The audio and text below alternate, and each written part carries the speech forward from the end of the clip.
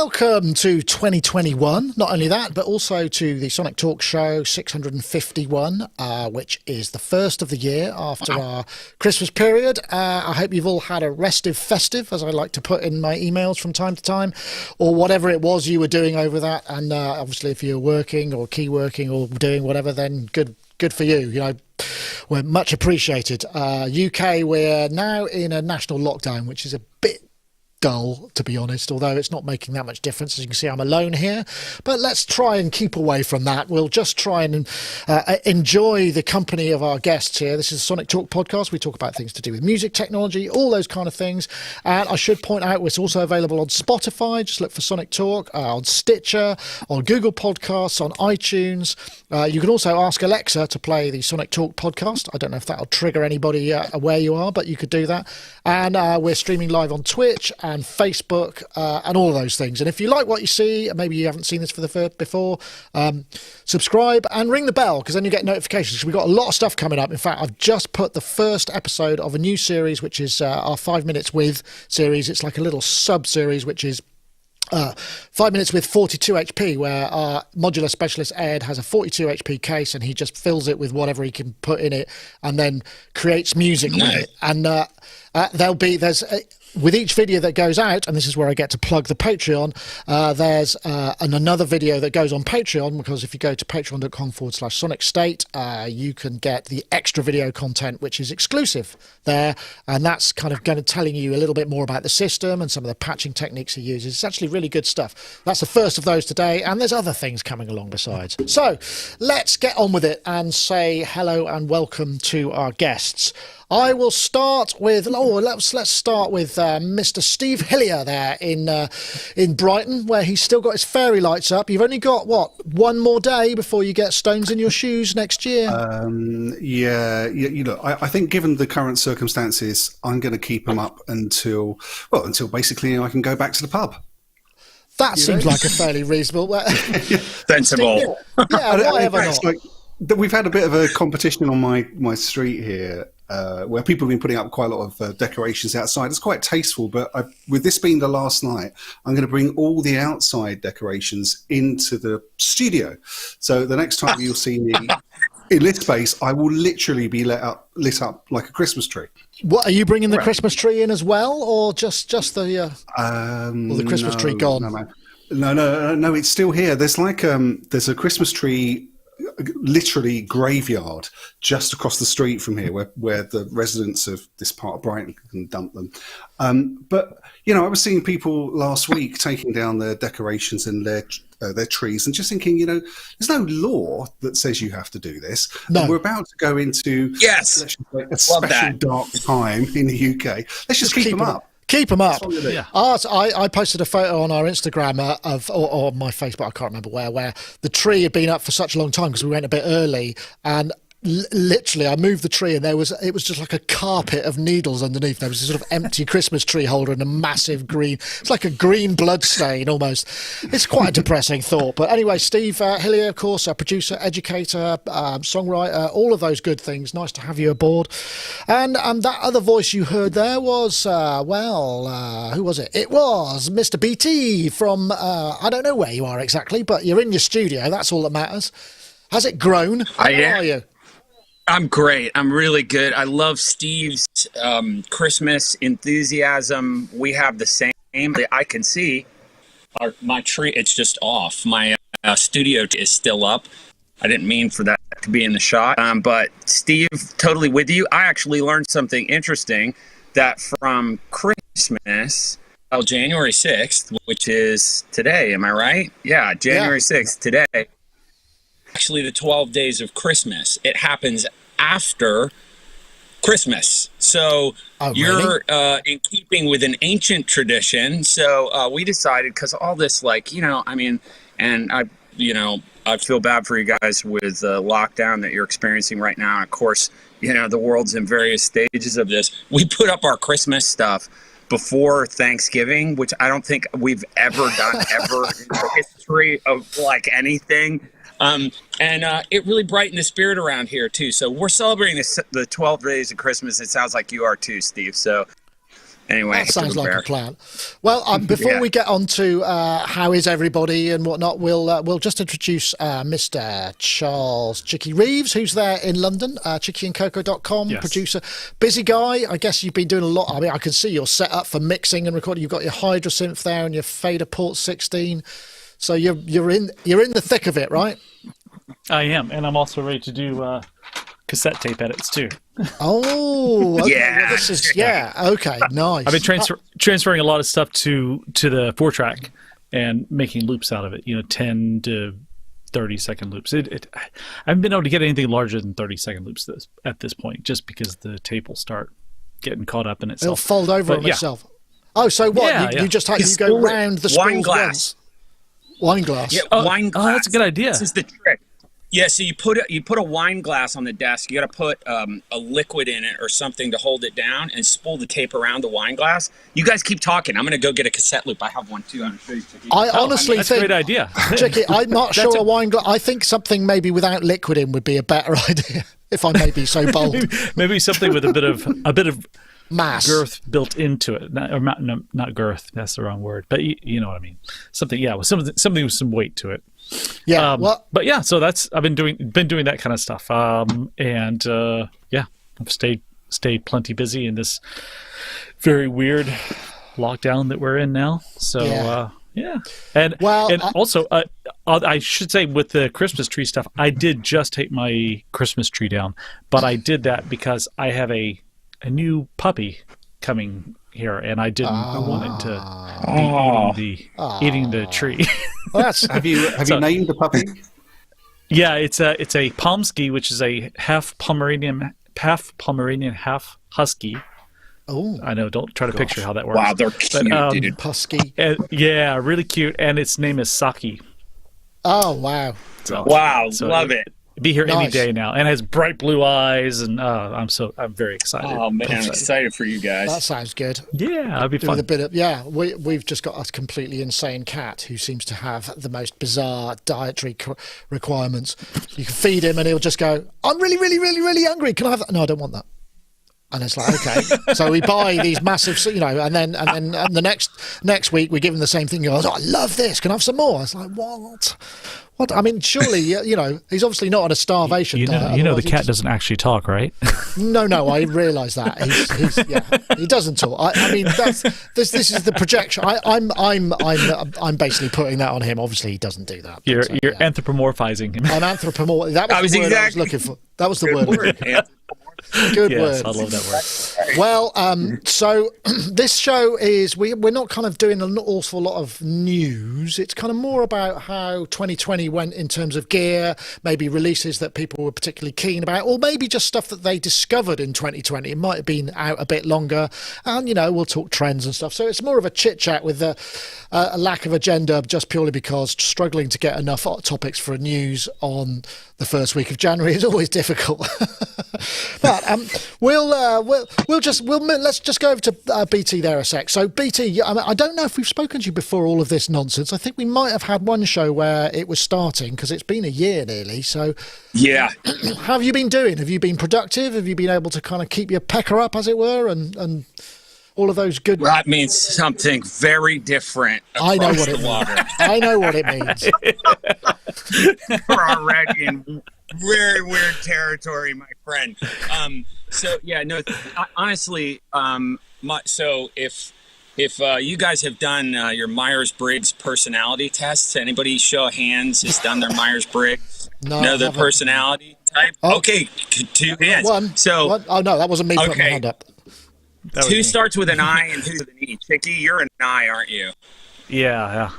Yeah, I am too. I am. So how about you, Steve? You start with an I or an E? Do you know what? It was so long ago, I don't remember. All I remember most about doing the test was that at the end of it, I just felt really annoyed. So I don't know what that's Fair enough. I hope I don't add to that. So basically, that first letter in your Myers-Briggs test says whether you're an introvert or an extrovert. I'm the most introverted of introverted types there are. I'm this weird unicorn personality type called an INTJ. that we're supposedly like less than 1% of the population. And so here, the punchline to all of this is I find for my friends that are extroverts, which includes a lot of people from the DJ community and dance music at large, they're really, really, really been struggling with this because their point of connection with the world is through other people. Whereas both introverts and extroverts need time to themselves, but for introverts, it's like it's essential as oxygen or food. And so I'm like hyper introverted. So I have to say I've been more productive than I've been honestly in my entire life because I haven't been distracted with travel and, being on planes, all these kind of things that are sort of a really normal part of life for me for the last 20 years. So I've just been able to be in the studio and working on development projects. I have 11 pieces of software in development right now, a couple that are almost wrapped or in late stages of development. And I've written so much music during this period. And the thing is like everyone else, even us introverts, like I miss my friends and family. So that's the part that's been, a struggle. Yeah. But insofar as creativity, man, I've been so freaking productive. It's great. I feel like I packed 3 years into a year this last year. So that's good. I'm glad to hear that.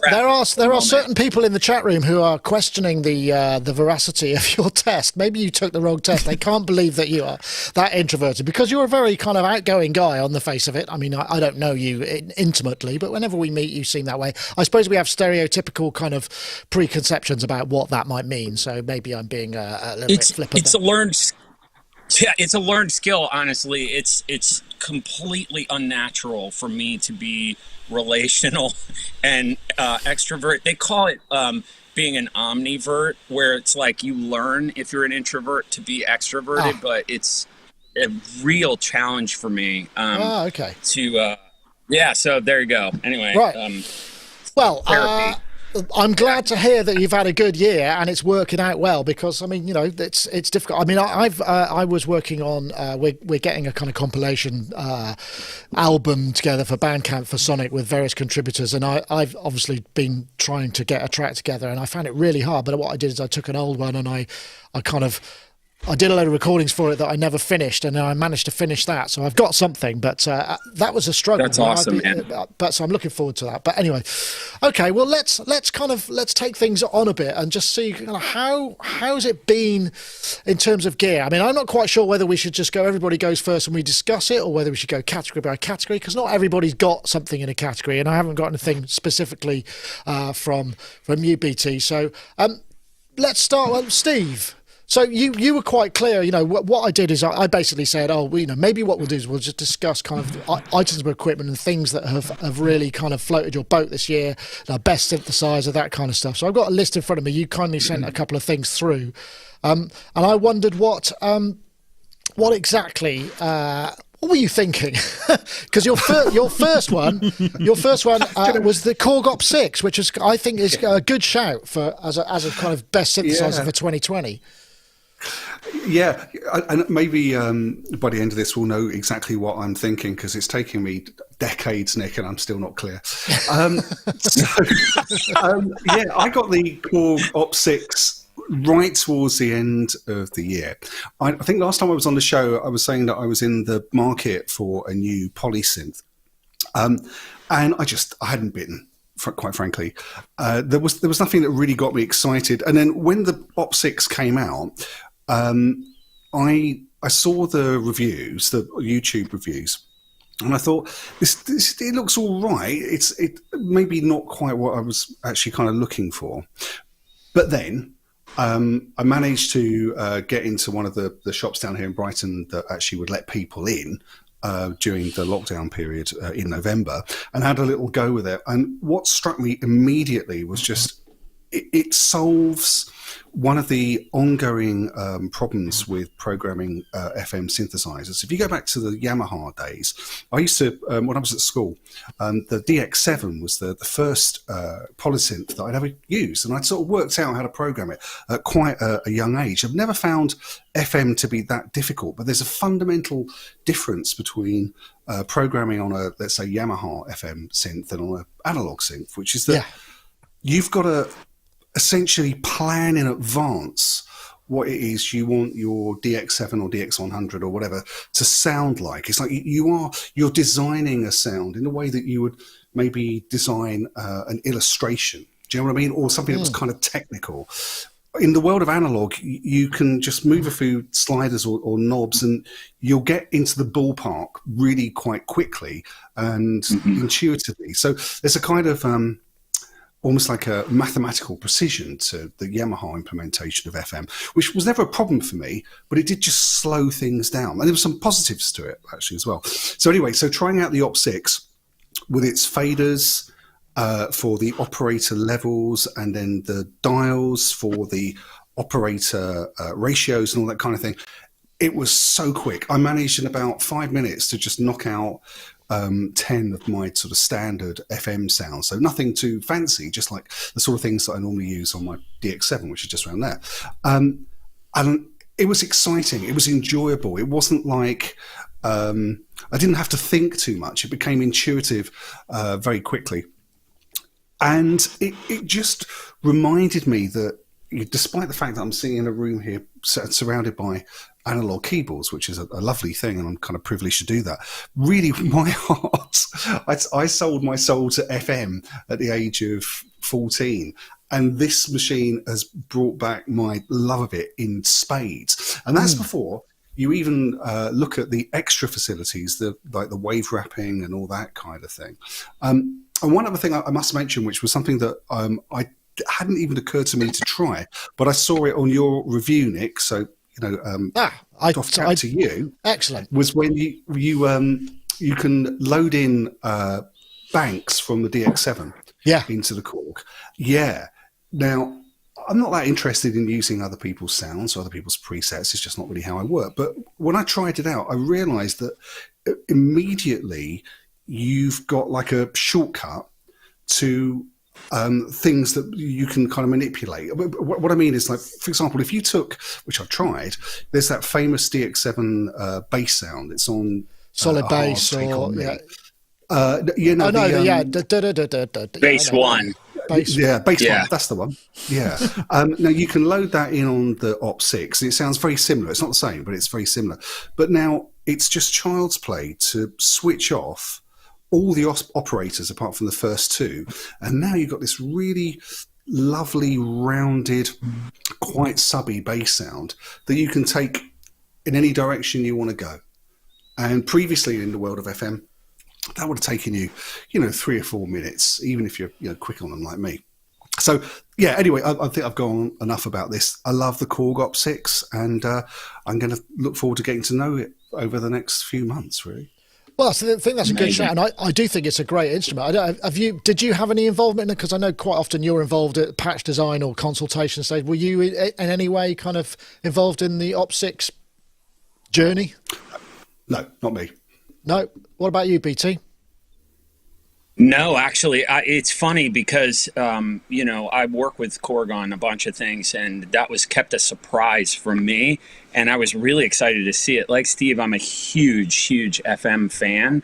I actually don't have an Op6. You've just sold me one, Steve. So if you see my attention being lost, it's me on my Sweetwater account ordering an Op6. I mean, FM is like literally one of my favorite kind of sound design sources there is. I've got a DX5 in here, a DX7 with all the crazy mods on it over there. TX816 I use all the time. I literally, quite literally everything I do, I use that TX816. What I hope Korg does is that they make something like a TX816 so you have multiple modules of something like this and it's in a rack would be so appealing to me personally. But I love what you're talking about, the immediacy of it, because man, it is such a pain. I mean, forget the membranes, just like the idea of having some sliders to muck about with, operators, and not having your envelopes inverted would be lovely. So I'll definitely be getting one of those. Sold me one. Cool. Yeah, no, I can concur. I mean, it is a really nice thing. I mean, I think it is much more immediate. And it's like 30. I'm sure you could do it, because basically at the heart of it is a Pi Zero, I think. So, you could put a lot of those in a case, shall we say? Exactly.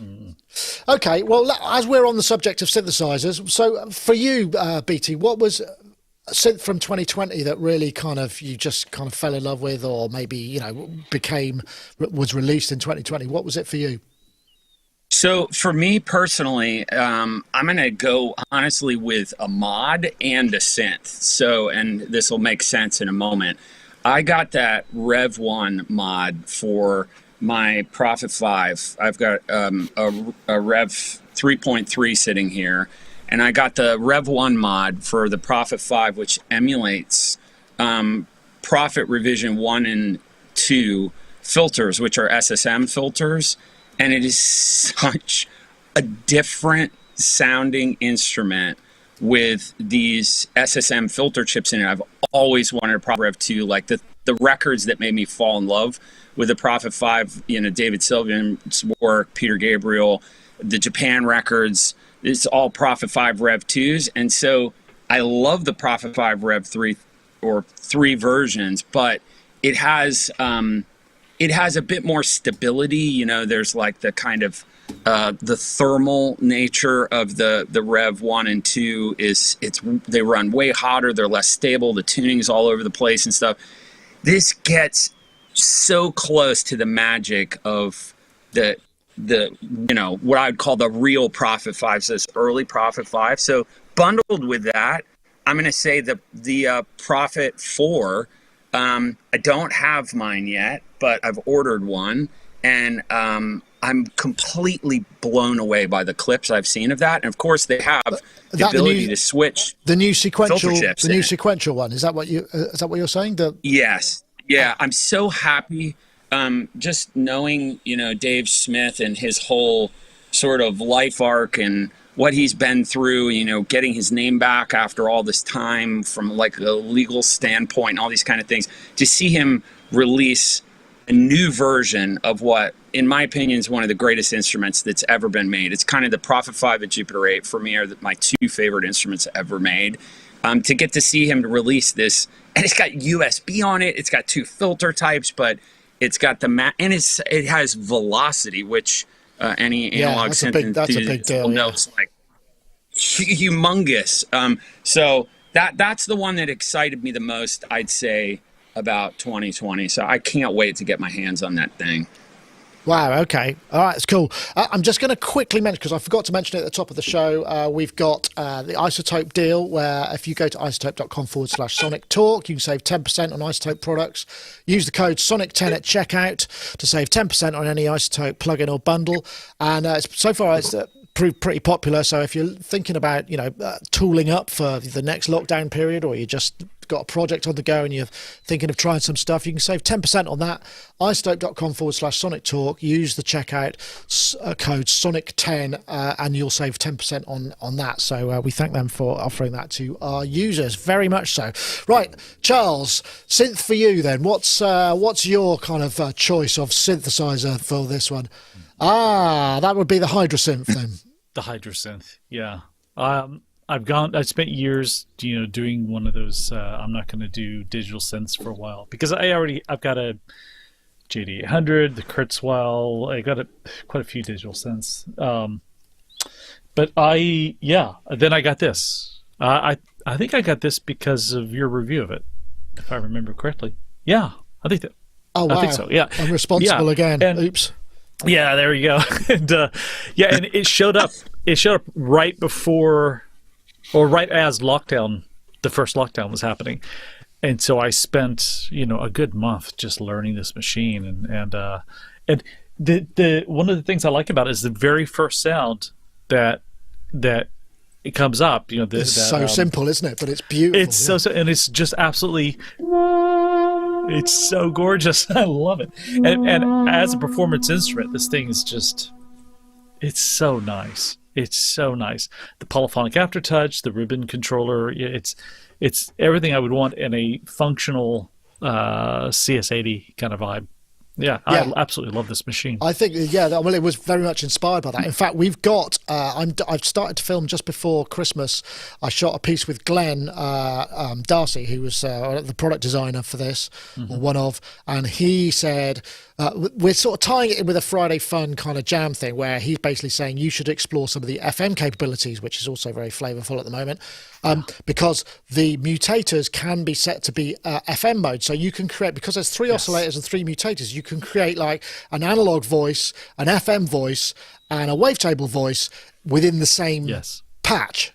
So I'm going to try and explore some of that stuff. He showed me some of the concepts behind it, and he showed me this diagram, which was just hideous. And I was thinking, no way, man, I'm not going to figure this out. But then actually, I just started dialing it in, and there it was, and it's very capable, albeit, but you can get, I guess, so you could get like 6 operators because you've got the 3 oscillators plus you've got 3 mutators, and you can have various different inputs and feedback loops depending on where you route things. It's actually extremely powerful, and I would agree, it's got something special about it, hasn't it? It really does. It has a unique sound. It's very harmonically rich. That's like, for example, you were talking about the 3 different types of voices you can combine.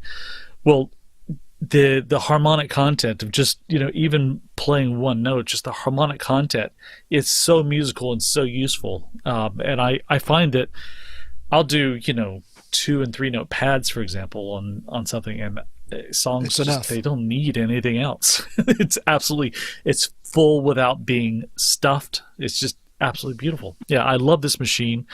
That's been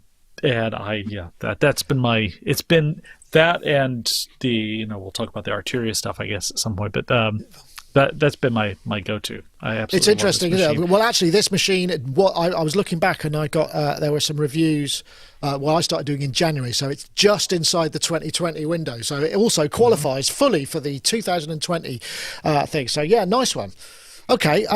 So I wonder what other stuff we've got. Maybe we'll go back to Steve, because Steve, you've got we asked for a few categories, didn't we? And so we've also got software, plugin. Let's whip through a few of those and see what you make. So for software, you've got RX8, which is iZotope's product, which I can totally understand because it is incredibly useful if you're working with audio, right? Yeah, I had RX7. I got that last year and was blown away with that. When RX8 came out, I got the upgrade straight away, and where you can do the music rebalance thing, where you can change the level of a vocal or bass, there was a new feature to automatically separate out the components of an audio file or a finished mix, and this was incredible.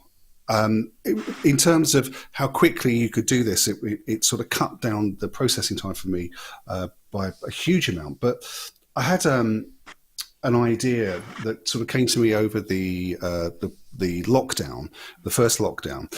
It was the 25th anniversary of the release of the first album by my old band, Dubstar. So I thought it'd be quite nice to put out some B-sides that had never been properly released, and just bonus tracks that you just couldn't get online. And so I went back to these B-sides, and I just discovered that the mixes that I'd done back in the mid-90s were dreadful. They were really bad. Some of them were done in a bedroom with a bath that was in the middle of the bedroom, if you can imagine that, with speakers that were just sort of balanced on the side of the bath. So I heard these tunes and I just thought, there's no way these can go out again like this. So what I did was put it into RX8, and that successfully separated out the vocal and the bass and all that kind of thing. And it gave me the opportunity to not just to largely rebalance the instruments, but also to quite successfully,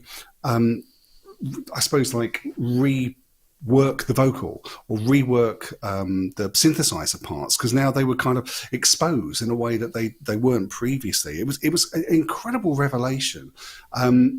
if anyone's interested, I'm going to tweet out now just a couple of versions of a mix. There's the original 1997 version of Dubstyle's cover of the Pet Shop Boys' Jealousy, and then there's my remake of it done through RX8, and you can really hear the difference. So you can check that out. There's just one other thing on RX8 that just blew my mind was when I separated out these components of the original Dubstyle mix.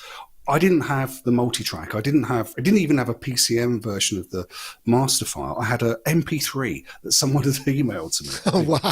So, yeah, well, you know, the thing that's one of the things I've realised about the 90s is that it was so exciting with all these digital formats, but nobody knew how to archive them properly, especially me. But anyway, so I separated out the four renders from within RX8 into Logic, and then I put on, just to see what would happen, I put on the original MP3, the original mix, right? And I reversed the polarity of the original mix. So everything was lined up, it was perfectly in sync, and then the original mix was reversed in polarity. I was expecting to find a whole load of, digital artifacts and all that kind of thing. But instead, silence. Wow. It turned out that the rendered versions of the stems from the original mix, when you put them back together just at Unity, they were exactly the same as the original mix. Wow, that is extraordinary thing. That is really impressive. So that kind of got me really excited, and then just sort of left me in a situation where you've got to kind of think, well, okay, now I can change absolutely everything I've ever done. Shall I dedicate the final 30 years of my life to that? I thought I'd finished it, but I was wrong. Yeah. Oh, wow. Ouch. Yeah, that's like nothing's ever finished. I don't think we should tell anybody this because this is just going to come back to bite us all, and it'll just be endless reworking. Although that's kind of much what I did myself with the track that I did, but I did have rough multi tracks, but not much, only like 3 tracks or something. Okay, Charles, what's next for you? I'm looking at your list. Tell me about let's see, software. Go on then. Software and plugins. Studio 1.5. Studio 1.5. Studio 1.5. I love that program. What's that, Chicky? Absolutely love. Well, Presonus. It's Presonus makes it. I've always been like a Ableton Pro Tools sort of guy, and about a year and a couple of months ago I started mixing because of a project I was doing with an artist in California. I started mixing something on Studio One. It was Studio One 4 something back then. This year Studio One 5 came out, and it's so intuitive to mix on, and just like the way you can do plugins with it is so like say for instance you have like one word you want to put an echo on, and maybe that's the only time that this echo even happens in the song. You can just drag the plugin onto that specific audio file, and it only eats up memory, CPU power for that one time, and it's full. The effect will be, it won't be like monoized or anything. It'll be exactly like you want it. Just so easy. It's just, everything is just so easy, and Melodyne is built into it, and I think Melodyne sounds fantastic. The mix engine sounds great. It works really well with my fader port, which is something else I want to talk about. I love the fader port 16. It makes mixing a lot easier than mixing on a console, I can tell you. Just because at least it has really good recall. That thing, not so much. I mean, each channel will sound completely different each day. But I love Studio One. I love Studio One. It's so good. It's so good. The instruments in it are really good. I still like Ableton's instruments the most because of the way you can integrate Max with it. But good God, it has like I've opened Pro Tools in the past year only like a handful of times, mostly to take old mixes and just put them into Studio One. That's interesting. Well, that's quite Amazing. And I love Pro Tools. I think Pro Tools is great, but this is just so much better for me. I think it's made a lot of people's top lists actually. A lot of kind of products of the year. So BT, what other kind of technology has really kind of got you excited over the last 12 months, or perhaps that came out in 2020, or product, anything, pick anything.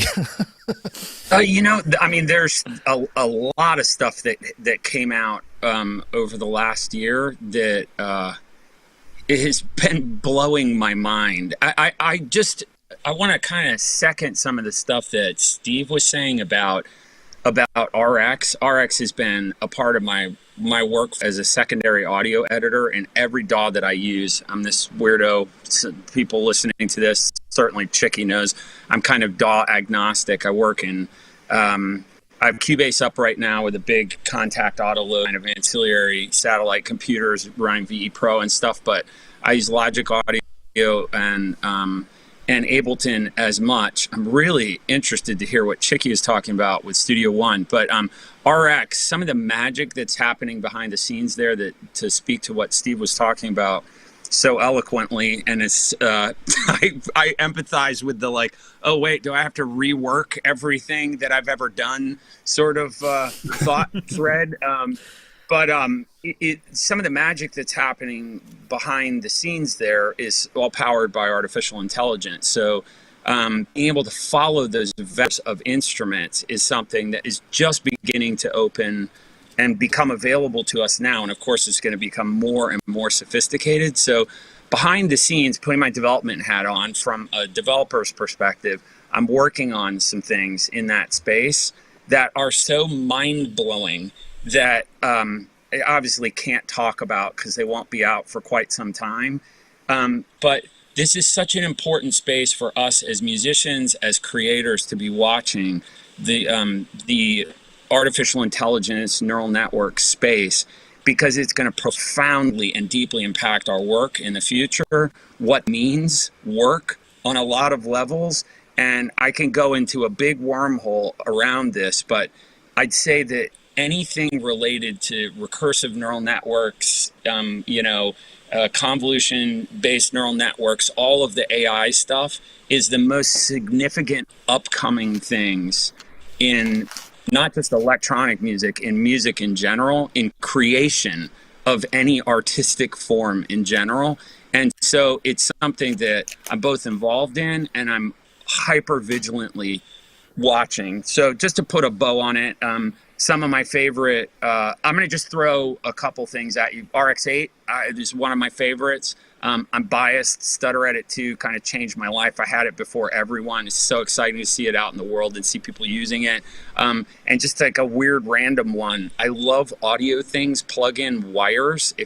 Chicky's going to love that if he doesn't have it. Yes, I love it. I love it. I love it. It's the sickest plugin. It's just one of these like $30, $40 plugins. It's emulating some like mangled Russian, That's the Heimbach. That's the Heimbach thing. Yeah, we covered that a while back. Oh my God, it's good. It's so good. Cool. It's so good. Yeah, that's the one. Yeah. So, anyway, that's a little list from me. Let me drop the link in the show notes. Well, it just processes, doesn't it? It's an old wire recorder from the Soviet era that just kind of limits the bandwidth, wobbles around. I mean, it's all sorts of crazy stuff. I mean, it really. Remember, we were talking about it partly because also I have a wire recorder. That's right. I would say that. So I actually have a. You have a real one, Chicky? I have a real one, and it was made as a dictation machine originally, and it still has a letter dictated on it from a priest in the 1950s to a friend of his who was stationed in Guam. It's like, oh my gosh, that's crazy. It's things in Guam. It's really crazy. But but it's the cassettes are like really big and metal, and the wire is surprisingly not that flexible. But but it's stayed in great shape. It's not rusty or anything like that. Yeah, it's a big heavy machine. It's more of a display thing right now in my house. Well, I want to throw a couple of other things in there. Matt Hodson, who's a regular on the show, he was saying basically Bitwig, the latest Bitwig with the grid and Bitwig version. Yeah, he said that's really changed because he works in that a lot, and he's done some great live tracks with that, and that's a really powerful piece. I think for me, probably. Less so about music creation, but certainly for video editing, there's something called Davinci Resolve, which is a free video editor that runs on Mac, PC, and Windows. It basically works free, but if you pay for it, which is not that expensive, like a couple of $100, $300 I think it is, and you get a lot of extra features. And now that's what I work in, and it's made a huge difference to the way that we make and I make stuff. It feels much easier. And I was where I was before, I was using Sony Vegas and then Magix Vegas for years. I mean, like 15 years, and I thought there's no way I'm going to be able to change. I won't be fluent, but that's a really big one. And so and there's also stuff like Streamlabs, OBS, this sort of stuff that many musicians who need to project themselves because they're not gigging, they kind of need to make musical content, video content. That stuff is really powerful and really useful for things. So I just wanted to throw one in for that. And it's Blackmagic Designs Davinci Resolve is the thing to be looking for if you need a cheap video editor, free basically. It just works. Or amazing cameras. Or amazing cameras, or any of that stuff. Yeah. Their cameras are great. And they bought Fairlight too. Little known fact. They did, yeah. Oh, and they bought Fairlight. And Steve Rance, the original programmer of the Fairlight, actually works writing software for those folks, which is really, really cool. So, well, I have to say the audio engine, just the sound of the EQs, the sound of the plugins, it's leagues above what you might expect in a regular video editor. It sounds good. Wow. It actually I've the stuff that I've been doing in it since, even just processing my voice is like I've got an EQ that the Fairlight engine is really cool. And the new version 17 is it's unlimited tracks and you could bus everything into everything. It's like DAW, but it's also a video editor as well. It's astonishing, actually. But it's not really a show about that, so I don't want to go on about it. Also, big shout out for Valhalla Supermassive, which was free, obviously. That's a good one. That's a good one. That's kind of it for now. I know, Steve, there was some other products that you had in there, which kind of were a bit less. There was the studio gear, the standing up desk I thought was cool, and the Kewtek PAT tester. You're going to have to explain. For those of you who don't know what a PAT tester is, I'm going to see if I can here it is. This is a PAT tester. PAT tester is essentially, I guess it's a mains tester, isn't it? It checks that everything's all right, there's no earth leaks and stuff. Yeah, that's essentially it. It's not something that you... it comes under the utility, perhaps. But it is useful. I mean, basically, there's a variety of things that I do when I'm let out of my house where I have to sort of check electrical equipment. And I just got really...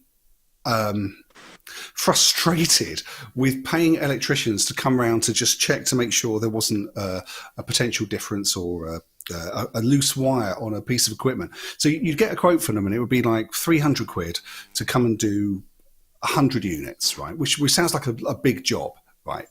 But then they would send over a 16-year-old with one of these handheld testers and basically just plug in a power supply for your Mac or whatever, and then charge you, £1 a time. Thank you very much. I just thought, this looks really, this is something I can do, right? And so I looked into it, discovered, this is actually the case. And so have saved so far just under £500 by buying a unit and doing a little bit of training. In total, that took me about 3 hours and cost about £300. So my point is this: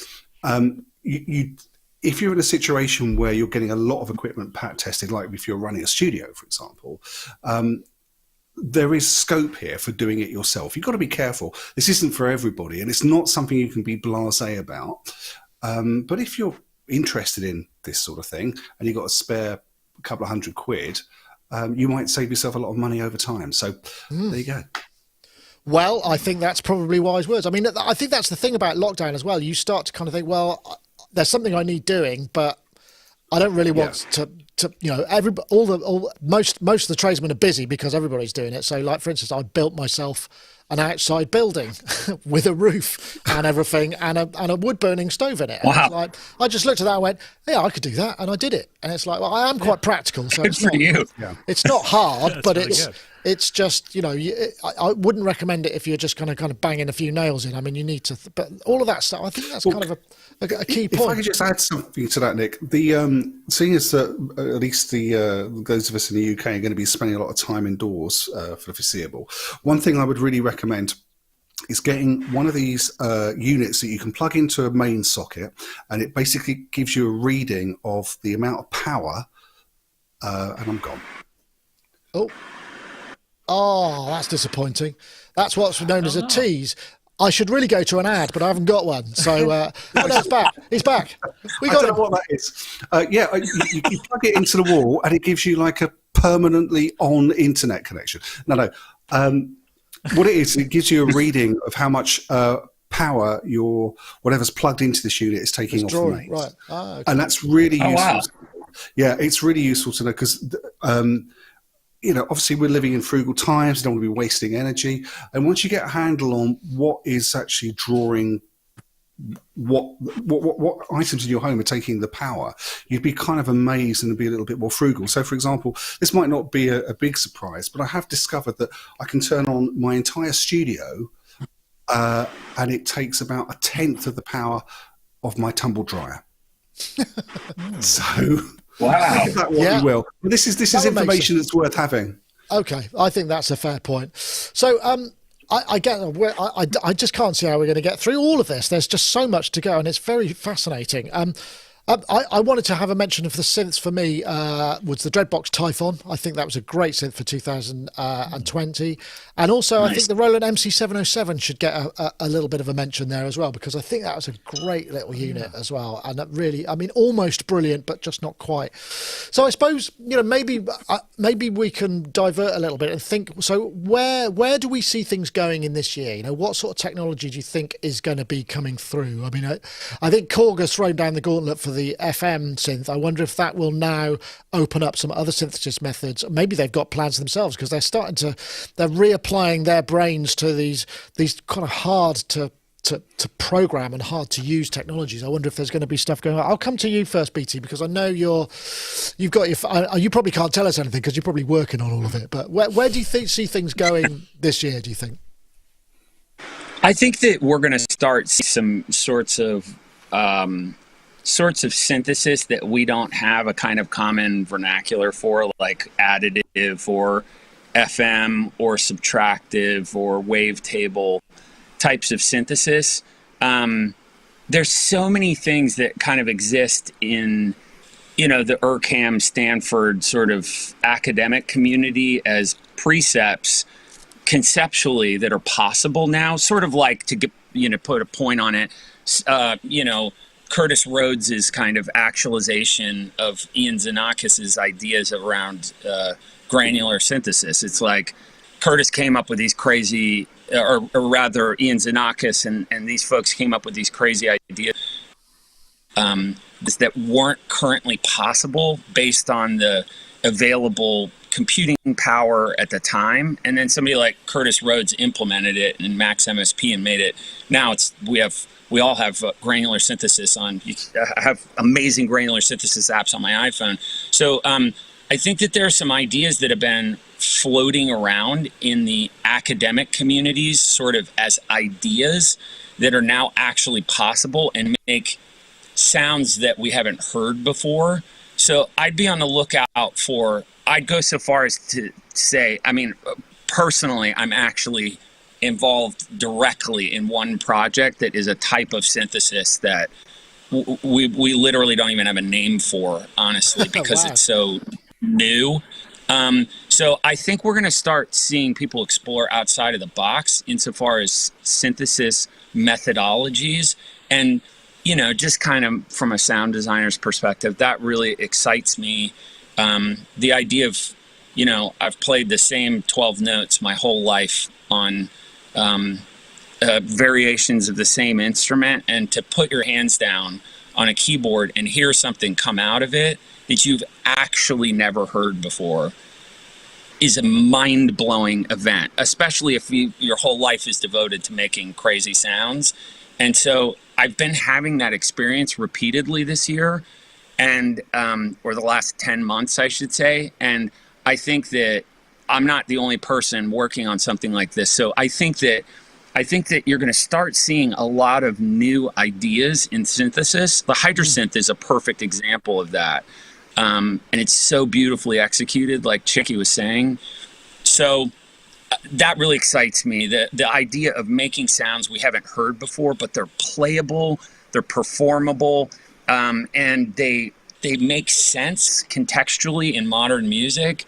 That's where it's at for me. The more that we can see, the better, you know? I think that's a very good shout. Actually, I wanted to put one more shout in for, because if we're taking sort of analog design, Pulsar 23, which is the Vlad Kramer, oh gosh, what's the name? Soma synthesis. That is something very unique, and not necessarily a new synthesis method, but a very new way of putting together analog circuitry into something that is completely compelling. That was a really, but he's a very, very unique individual. But I guess now, because we've got all this DSP power starting to get into the hands of people, we can do all this kind of stuff, and therefore we're going to see the sky's the limit. And it's just a question. So wouldn't it be cool to have a synthesis technology named after yourself?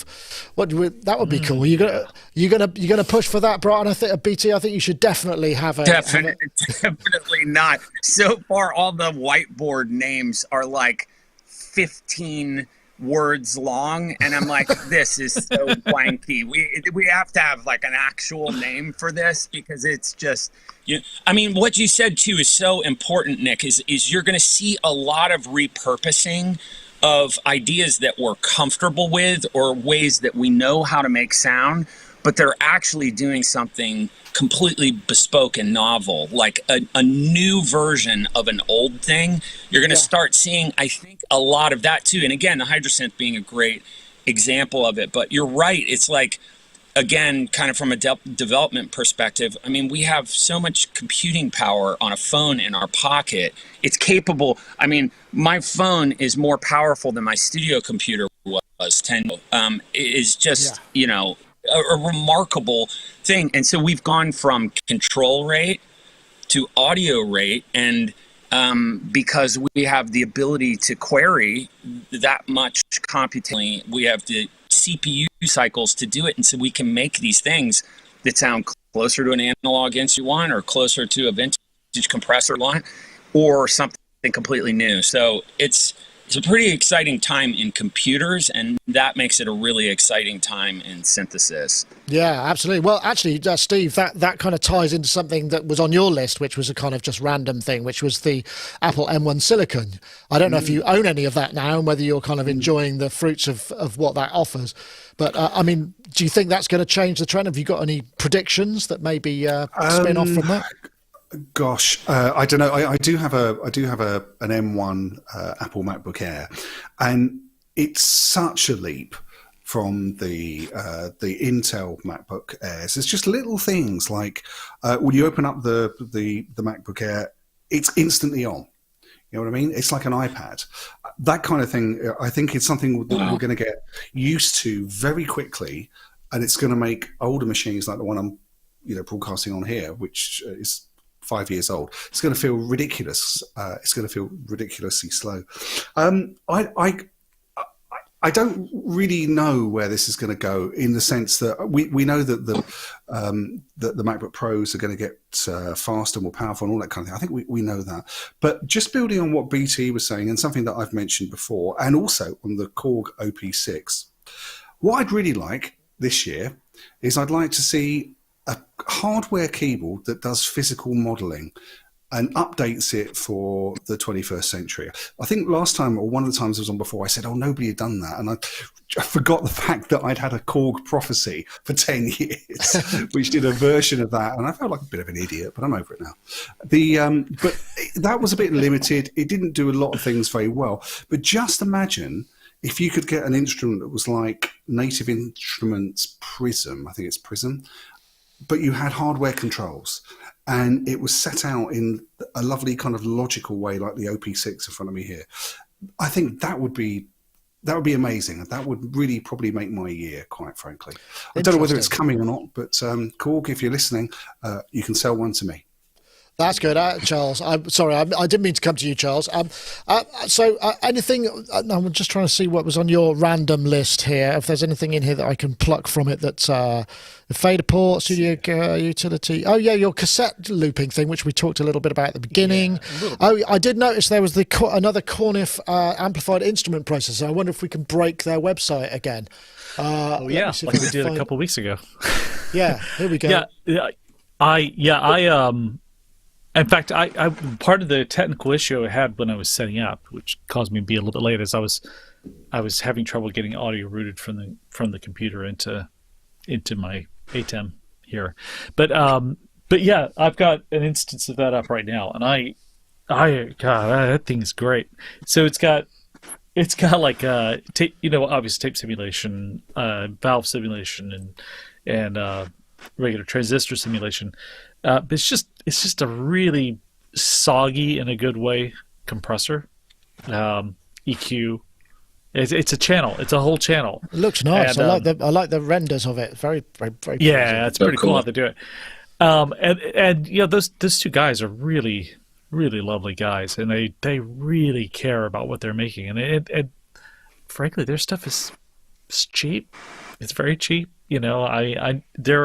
There are plugins that are not nearly as good that cost a lot more than that are quite popular. But yeah, this thing is great. I have it on the drums of that track I sent you the other day, Nick. It's just okay.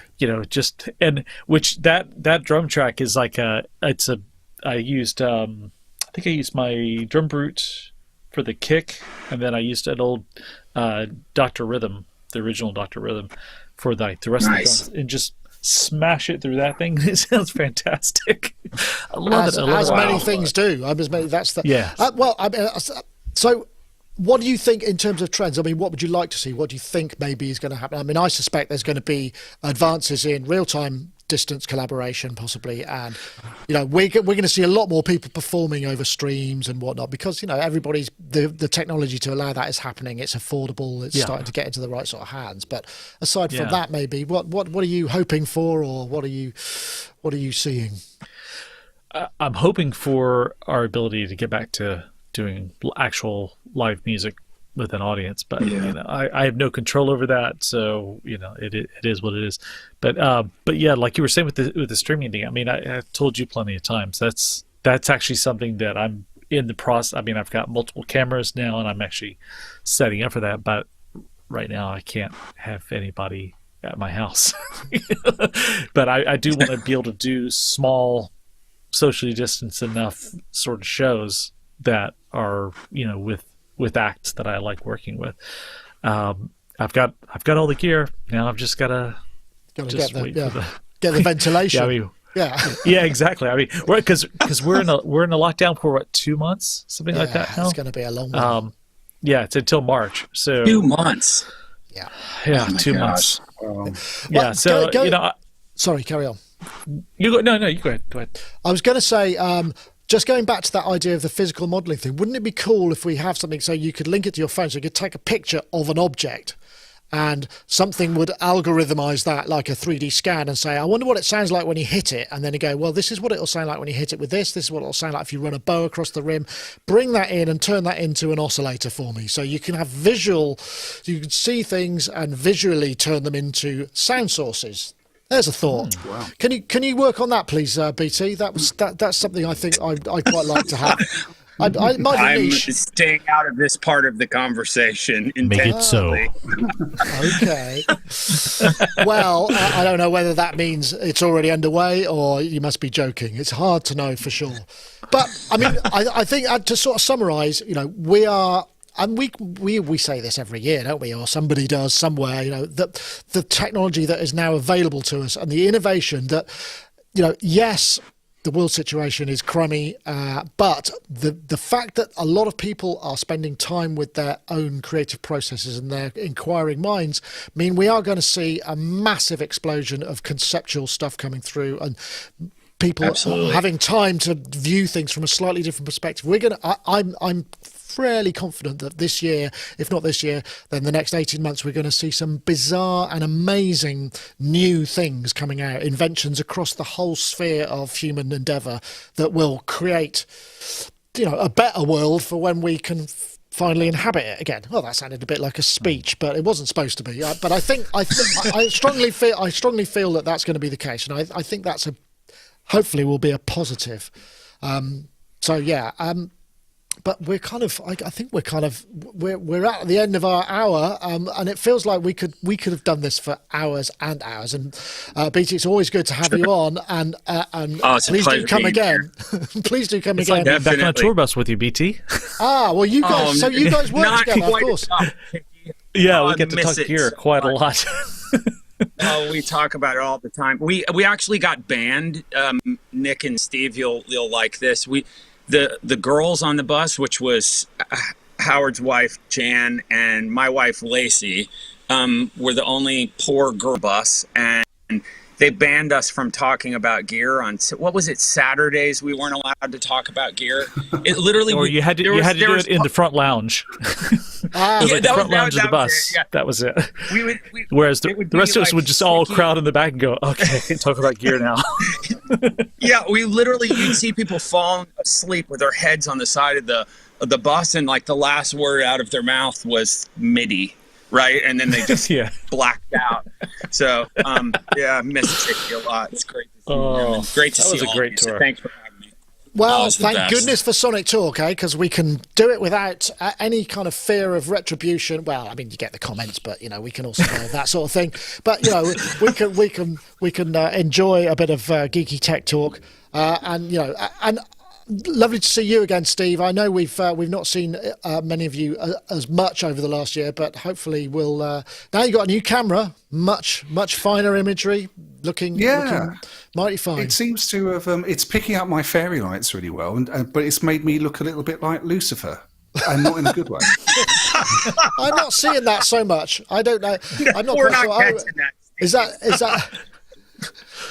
I'm thinking like the classical rendition of Lucifer, as in like the devil with a red face, not the brilliant television program which I've spent the last 2 months watching. I'd like to look like that, actually. The problem is you've got a light from underneath, which is always going to look like there's some sort of small fire from down below, kind of, so that's going to enhance the situation a little bit.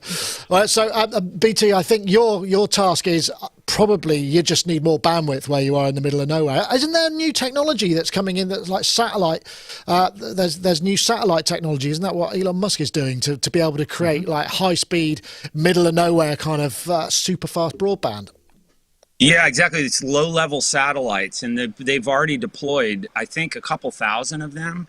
And it's going to, we're lucky that we have internet at all here. Places that have zero internet, like parts of Africa and the Middle East, will have, high bandwidth or broadband, basically ripping fast internet all over the planet.